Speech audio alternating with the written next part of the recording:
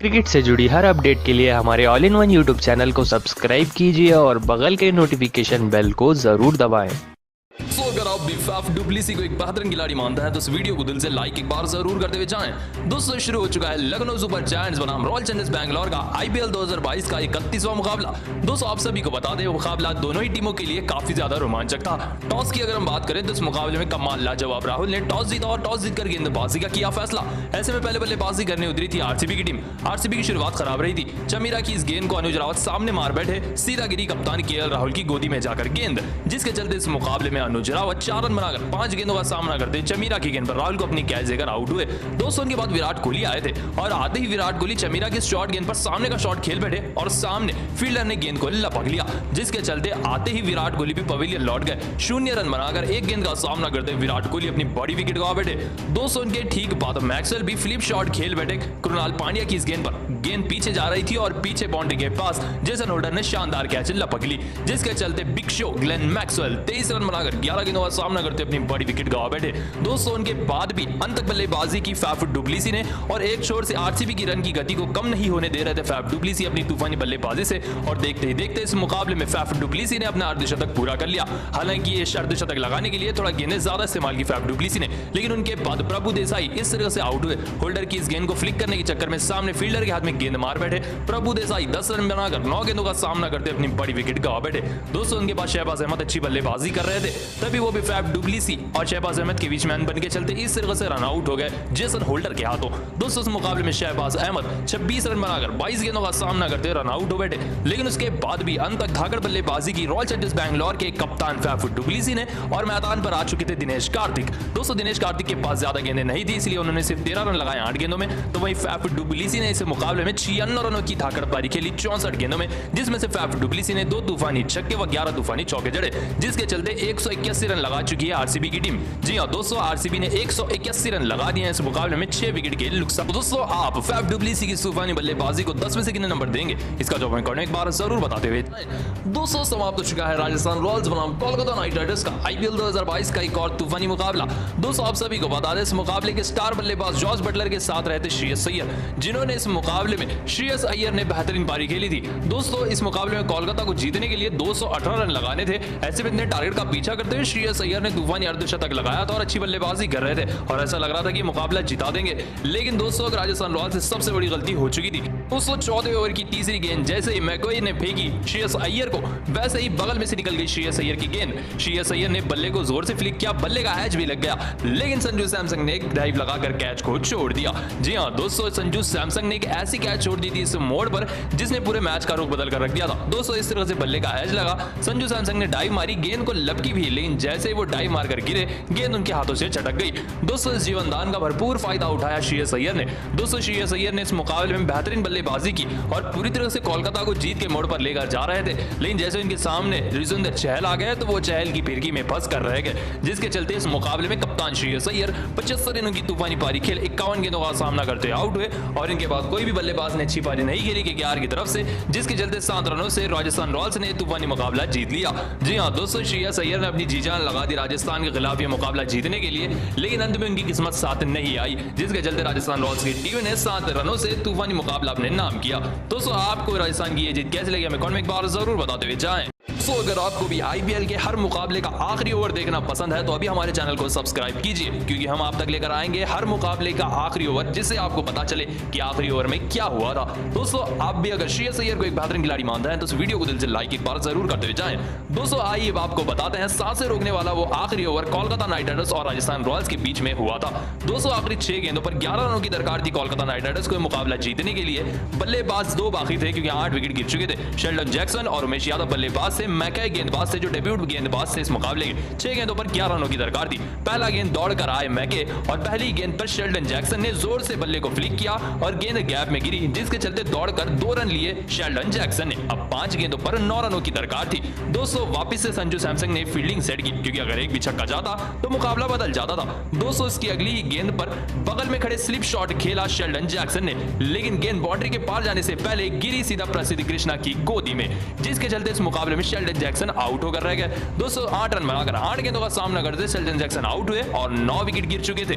दोस्तों उनके बाद सिंगल लिया वरुण चक्रवर्ती ने। अब 3 गेंदों पर 8 रनों की दरकार थी। स्ट्राइक पर थे उमेश यादव जो एक लौते बल्लेबाज से इस तूफानी मुकाबले के। दोस्तों स्ट्राइक पर थे उमेश यादव, 3 गेंदों पर 8 रन चाहिए थे। गेंदबाज से मैके और आते ही इस तरह से बोल्ड कर रख दिया मैकॉय ने उमेश यादव को, जिसके चलते ऑल आउट होकर रह गई कोलकाता नाइट राइडर्स की टीम। जी हां दोस्तों, गेंदें तो थी कोलकाता के पास लेकिन बल्लेबाज नहीं थे, जिसके चलते 7 रनों से राजस्थान रॉयल्स की टीम ने तूफानी मुकाबला जीत लिया। दोस्तों समाप्त हो चुका है आईपीएल 2022 का एक और तूफानी मुकाबला। तो आइए आप सभी को बता दें इस तूफानी मुकाबले की पूरी हाईलाइट। दोस्तों कोलकाता और राजस्थान के बीच में आईपीएल 2022 का तूफानी मुकाबला शुरू हो चुका है। श्रेयस अय्यर ने इस मुकाबले में टॉस जीता, राजस्थान को पहले बल्लेबाजी के लिए बुलाया। दोस्तों राजस्थान रॉयल्स की शुरुआत तो ताबड़तोड़ रही बटलर और पडिक्कल के बीच में, लेकिन इस तरीके से पहली विकेट पडिक्कल की गिरी जो 24 रन बनाकर नारायण की गेंद पर बोल्ड हुए। इस मुकाबले में तूफानी अर्धशतक लगाया सबसे पहले जॉर्ज बटलर ने अपनी तूफानी बल्लेबाजी से। दोस्तों इस मुकाबले में बटलर ने 51 रनों की ताबड़तोड़ पारी खेली सिर्फ 30 गेंदों में। ये तो इनकी इनिंग की शुरुआत थी। अभी स्ट्राइक पर तूफानी बल्लेबाजी कर रहे थे जॉर्ज बटलर और उनका साथ दे रहे थे कप्तान संजू सैमसन। तभी संजू सैमसन के सामने रसल ने घूमती हुई गेंद रखी और इन्हें बड़ा शॉट खेला। गेंद के नीचे शिवम मावी आ गए, जिसके चलते इस मुकाबले में कप्तान संजू सैमसन और 30 रन बनाकर 19 गेंदों का सामना करते हुए अपनी बड़ी विकेट गंवा बैठे एक अच्छी पारी खेलकर। उनके बाद भी जलवा बरकरार रहा जॉर्ज बटलर की भयंकर बल्लेबाजी का। इन्होंने कोलकाता नाइट राइडर्स के किसी भी गेंदबाज को नहीं बख्शा। दोस्तों इस मुकाबले में लगाया जॉर्ज बटलर ने अपनी तूफानी बल्लेबाजी से शतक। जी हां दोस्तों, आईपीएल 2022 का इनका ये दूसरा शतक है इस तूफानी सीरीज में। अपने आप में ये काफी बड़ी बात है। दोस्तों आप सभी को बता दें जॉर्ज बटलर अच्छी बल्लेबाजी कर रहे थे, लेकिन दूसरे एंड से विकेटों का पतंग जारी रहा। नारायण की इस गेंद पर पराग बड़ा शॉट खेलने के चक्कर में मावी को अपनी कैच दे बैठे। 5 रन बनाकर नारायण की गेंद पर मावी को अपनी कैच देकर रियान पराग आउट हो गए। दोस्तों अच्छी बल्लेबाजी कर रहे थे जॉर्ज बटलर, तभी कमिंस ने शॉर्ट गेंद रखी। दोस्तों गेंद जाकर हवा में जा रही थी, लेकिन ये बाउंड्री के नीचे फील्डर आ गए, जिसके चलते जॉर्ज बटलर की कैच लपकी गई और जॉर्ज बटलर इस मुकाबले में 103 रनों की शैतानी पारी खेल 61 गेंदों का सामना करते अपनी बड़ी विकेट गंवा बैठे। उनके ठीक बाद बड़ी विकेट गिरी करुण नायर की, जो 3 रन बनाकर 5 गेंदों का सामना करते अपनी बड़ी विकेट गंवा बैठे। एक बार मैच को फिनिश करने का जिम्मा था शिमरॉन हेतमायर के कंधों पर और शिमरॉन हेतमायर ने काम काफी ताबड़तोड़ तरीके से किया। दोस्तों हेतमायर ने 26 रनों की पारी खेली 13 गेंदों में, जिसके चलते राजस्थान रॉयल्स की टीम ने 217 रन लगा दिए 5 विकेट के नुकसान पर। जी हां दोस्तों, 217 रन राजस्थान रॉयल्स की टीम ने अपने निर्धारित 20 ओवर में लगा दिए हैं सिर्फ 5 विकेट के नुकसान पर। टारगेट का पीछा करने उतरी केकेआर की टीम। दोस्तों कोलकाता की शुरुआत इस मुकाबले में काफी ज्यादा खराब रही। दोस्तों पहले तो एरन फिंच टच करने के चक्कर में रन लेने के लिए दौड़ पड़े। दूसरे एंड पर सुनील नारायण थे, सुनील नारायण रन लेने के लिए दौड़ रहे थे। उतने में शिमरॉन हेतमायर ने इस तरह से डायरेक्ट हिट लगा दी और यहीं पर सुनील नारायण का काम तमाम समाप्त हुआ। 2 रन बनाकर सुनील नारायण इस मुकाबले में रन आउट हो गए थे हेतमायर के हाथों। उनके बाद तीसरे नंबर पर आए इनके कप्तान श्रेयस अय्यर। दोस्तों इस मुकाबले में श्रेयस अय्यर ने आधे ही पारी को संभाला और रनों की गति को आगे बढ़ाया तूफानी तरीके से बेहतरीन बल्लेबाजी कर। ऐसे में साथ दे रहे थे एरॉन फिंच। दोस्तों इस मुकाबले में आज खतरनाक फॉर्म में लग रहे थे एरॉन फिंच और इस मुकाबले में फिंच ने ताबड़तोड़ पारी खेली। 258 रनों का तूफानी अर्धशतक लगाया एरॉन फिंच ने, वो भी सिर्फ 28 गेंदों में। तभी उनके सामने आ गए प्रसिद्ध कृष्णा। दोस्तों शॉर्ट गेंद रखी प्रसिद्ध कृष्णा ने और गेंद जई सीधा करुण नायर के हाथों में, जिसके चलते इस मुकाबले में एरॉन फिंच 58 रन बनाकर 28 गेंदों का सामना करते हुए एक बेहतरीन पारी खेलकर आउट हुए। लेकिन दूसरे एंड से अच्छी बल्लेबाजी कर रहे थे श्रेयस अय्यर और तूफानी बल्लेबाजी के चलते इन्होंने भी इस मुकाबले में तूफानी अर्धशतक लगाया। दोस्तों आप सभी को बता दें इस मुकाबले में श्रेयस अय्यर ने धाकड़ बल्लेबाजी की और सिर्फ 31 गेंदों में अपना तूफानी अर्धशतक पूरा किया। दोस्तों उनका साथ दे रहे थे नीतीश राणा। तभी चहल की इस गेंद पर बड़ा शॉट खेल बैठे राणा और बाउंड्री के पास खड़े थे इस मुकाबले के स्टार बल्लेबाज जॉर्ज बटलर और इन्होंने कैच लपक ली, जिसके चलते 18 रन बनाकर 11 गेंदों का सामना करते हुए नीतीश राणा आउट हुए। उनके बाद रसल आए थे बल्लेबाजी करने के लिए। आते ही इस तरह से अश्विन की गेंद पर क्लीन बोल्ड होकर रह गए आंद्रे रसल, जिसके चलते रसल मात्र 0 रन बनाकर एक गेंद का सामना करते बुरी तरह से बोल्ड होकर रह गए। उनका साथ देने आए वेंकटेश अय्यर मैदान पर बल्लेबाजी करने के लिए और साथ ही साथ इनका साथ दे रहे थे कप्तान श्रेयस अय्यर। दोनों के बीच में पार्टनरशिप हो ही रही थी। तभी एक और बड़ा झटका लगा केकेआर की टीम को।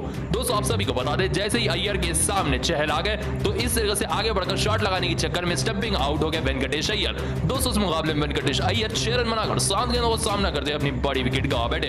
दोस्तों उनके ठीक बाद बड़ा झटका लगा केकेआर को। दोस्तों कप्तान श्रेयस अय्यर चहल की इस गेंद को पढ़ नहीं पाए और एलबीडब्ल्यू आउट हो गए। दोस्तों अंपायर ने इसे रिव्यू भी लिया, लेकिन रिव्यू भी काम में नहीं आया श्रेयस अय्यर के, जिसके चलते 85 रनों की धाकड़ पारी खेले 51 गेंदों का सामना करते हुए श्रेयस अय्यर आउट हुए।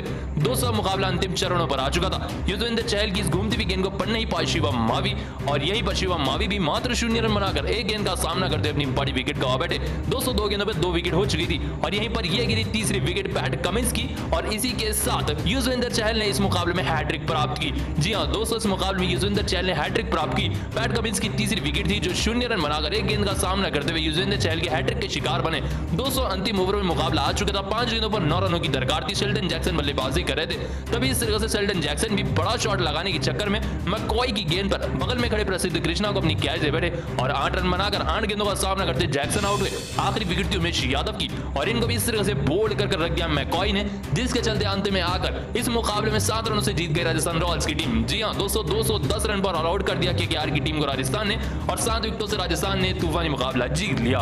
दोस्तों आप राजस्थान की इस जीत को 10 में से कितने नंबर देंगे? इसका जवाब हमें कमेंट में एक बार जरूर बताते हुए